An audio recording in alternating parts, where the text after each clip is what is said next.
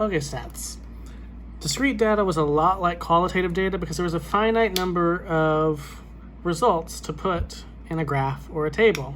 Unfortunately, with continuous data, it's a lot harder because you can't single out every single piece if there are almost infinite pieces to choose from. So you'll often either see the data be grouped in some way or broken down in some way. So here's some terms you need to know.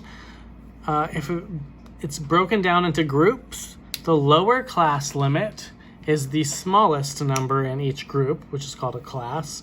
The upper class limit is the largest number in each group or class, and the class width is really the number of things in the group, but to find that, you would take the lower limit of the next class minus the lower limit of the current class. So what I mean by that is we look at this table, age 17 to 23, you don't take the 23 minus 17, you actually take the 24, which starts the next group minus 17 to see the width is 7.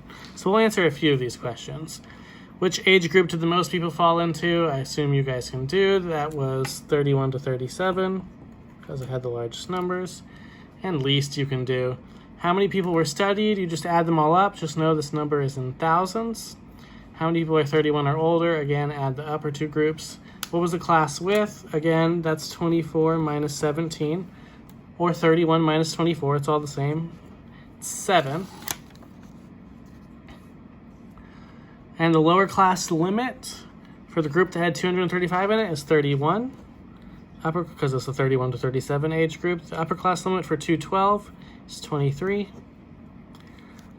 Percentage, you do part divided by a whole, and I know you guys can draw for histograms by now, but you can go ahead and do it and check your work because the answers to the notes are already posted, or the fully completed versions. Okay, other ways continuous data could be displayed is a stem and leaf plot. It's not my favorite, but we'll do it anyway. A stem and leaf plot is where you take the stem, which is like the tens place, sometimes the hundreds place with it, and the leaves are all the ones places that go with it. So it kind of will end up looking like a bar graph, and instead of a bar, you'll have numbers, so it gives you a little bit more information with that. So here are 20 test scores. So STEM, what scores were in the 40s? There was a 47. So we have a 40 and then 7 for the leaf. There are no other 40s. The 50s, there's a 54, a 57, and a 57. If there is a repeat, you must include both of them. For 7 and 7. Now 60s, we've got a 66 and a 67. 70s, 71, 73, 74, 76.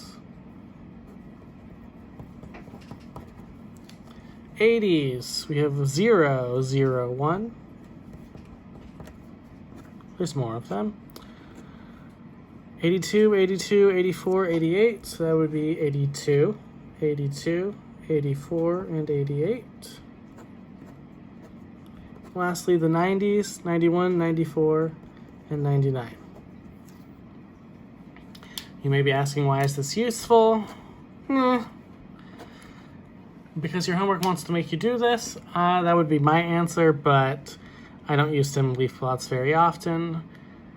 But it does represent the same data a bar graph would represent, only you get a little bit a picture. If I told you there were 7 scores in the 80s, you wouldn't know what the scores were, but this at least shows you where in the 80s, because a lot of these scores are low 80s, for example. So it gives you like a little more data than what a bar graph would look like, kind of, if it were going left to right. Now, similarly to stem and leaf plot, something that kind of behaves like a bar graph in a different way is a dot plot. And a dot plot is more like a bar graph in that you list the things down at the bottom. So this is the same data from before when we did the growth rate of the teenagers. So I'm going to go ahead and look at that to get my numbers. Now, that was 10, 11, 12, 13, 14 through 18. And you just put a dot above the number every time you see it. So if we just go in order, there's a 12, 14, 13, 14, 16, 2 more 14s, 17, 13, there's another one, 10, 13, 18, 12, 15, 14, 15, 15, 14, 14, 13, 15, 16, 15, 12. So as you can see, nothing particularly special, but it does look a lot like a bar graph, just the bars are instead stacks of dots instead. So that's just another way you can do the same thing. Now, let's talk about the shape of distributions. Uniform means it's about roughly the same size everywhere.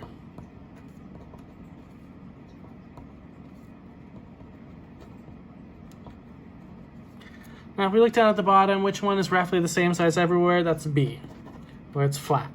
Bell-shaped means largest in the middle, and it goes down evenly, even on both sides roughly. Which one's largest in the middle and even on both sides? It looks like C.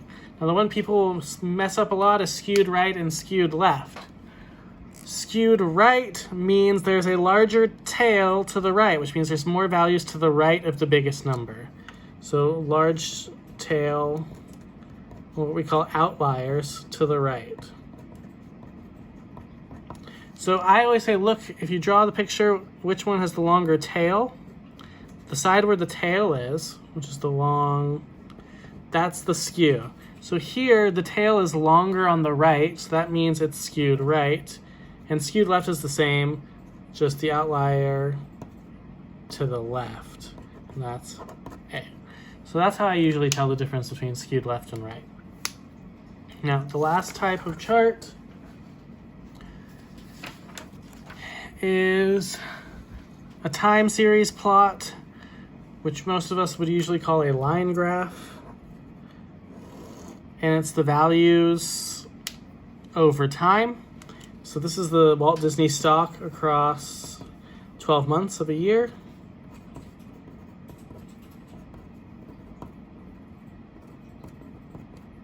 And you just make sure you draw it accurately, plot your points. 10, 20, 30, 40. Draw your dots and connect them. So January was almost 30, February still almost 30, March a little above 30, April 35, May it crashed down to 31, about the same for June, a little lower for July, August 31.5, September 32.6, October shot up to 36, where it stayed mostly the same till the end of the year. And then you just play connect the dots.